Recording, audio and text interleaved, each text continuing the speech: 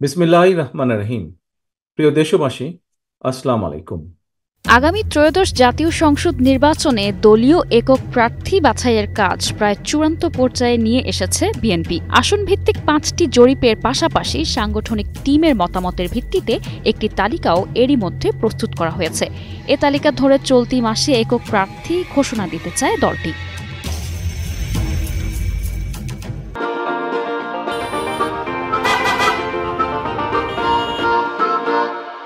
তালিকায় স্থান পাওয়া সম্ভাব্য প্রার্থীদের বিষয়ে দলের স্থায়ী কমিটির নেতাদের মতামতও নেওয়া হচ্ছে। কেন্দ্রের ডাক পেয়ে এরই অংশ হিসেবে দেশের বিভিন্ন এলাকা থেকে বিএনপি নেতারা এখন ঢাকায় জড়ো হয়েছেন। কেন্দ্রের ডাক পেয়ে ইতোমধ্যে রাজশাহীর বিভিন্ন আসনের মনোনয়ন প্রত্যাশীরা রাজধানীর পথে রওনা হয়েছেন। সোমবার বিকেল ৪টায় গুলশানের দলীয় কার্যালয়ে তাদের সাক্ষাৎকার নেওয়া হবে। দলটির একাধিক নেতাকর্মী এসব তথ্য নিশ্চিত করেছেন। খুলনা বিভাগের ৩৬টি আসন থেকে মনোনয়ন প্রত্যাশী নেতারা ঢাকায় গেছেন। ধারাবাহিক বৈঠকের অংশ হিসেবে সোমবার বিকেলে খুলনা বিভাগের ১০ জেলার মনোনয়ন প্রত্যাশীর সঙ্গে বৈঠক করবেন বিএনপির ভারপ্রাপ্ত চেয়ারম্যান তারেক রহমান। খুলনা জেলার ৬টি আসনের মনোনয়ন প্রত্যাশী কয়েকজন জানান তারা ফোন ও মেসেজ পেয়ে ঢাকায় গেছেন। কুমিল্লা জেলার ১১টি আসনের অন্তত ২৪ জনকে গতকাল গুলশান কার্যালয়ে ডাকা হয়। এতে মনোনয়ন প্রত্যাশীদের কাছ থেকে যাকেই দলীয় মনোনয়ন দেয়া হবে তার পক্ষে কাজ করার জন্য অঙ্গীকার নেওয়া হয়।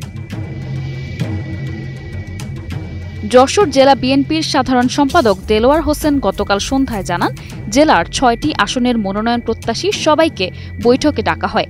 এছাড়া দলের স্থানীয় একাধিক সূত্রের সঙ্গে যোগাযোগ করে জানা গেছে, জেলার ২২ মনোনয়ন প্রত্যাশী ইতোমধ্যে ঢাকায় পৌঁছে গেছেন। মাদারীপুর জেলার ৩টি আসনের সম্ভাব্য প্রার্থীদের মধ্যে কয়েকজন নেতা ডাক পেয়েছেন বলে নিশ্চিত হওয়া গেছে। তারা হলেন সাজ্জাদ হোসেন সিদ্দিক লাবলু, কামাল জামান নুরুদ্দিন মোল্লা সহ আরও অনেকে। ফেনী জেলার ২ আসনে ডাক পেয়েছেন জয়নাল আবেদিন ভিপি জয়নাল, শেখ ফরিদ বাহার, আলালউদ্দিন আলাল সহ আরও অনেকে। রাজবাড়ী ১ আসনে ডাক পেয়েছেন সাবেক সংসদ সদস্য আলী নেওয়াজ মাহমুদ খৈয়ম, অ্যাডভোকেট মোহাম্মদ আসলাম মিয়া, অ্যাডভোকেট কামরুল আলম ও আব্দুস সালাম মিয়া। এদিকে রাজবাড়ী ২ আসন থেকে সাবেক এমপি নাসিরুল হক সাবু, মোহাম্মদ হারুনুর রশিদ সহ অনেকেই ডাক পেয়েছেন। এছাড়া পিরোজপুর, মুন্সিগঞ্জ, রাঙ্গামাটি, নাটোর, দিনাজপুর, সুনামগঞ্জ, টাঙ্গাইল থেকেও ডাক পেয়ে তারা ঢাকার উদ্দেশ্যে রওনা হয়েছেন। নিশা আলম, নিউজ ডেস্ক, ২১ টেলিভিশন।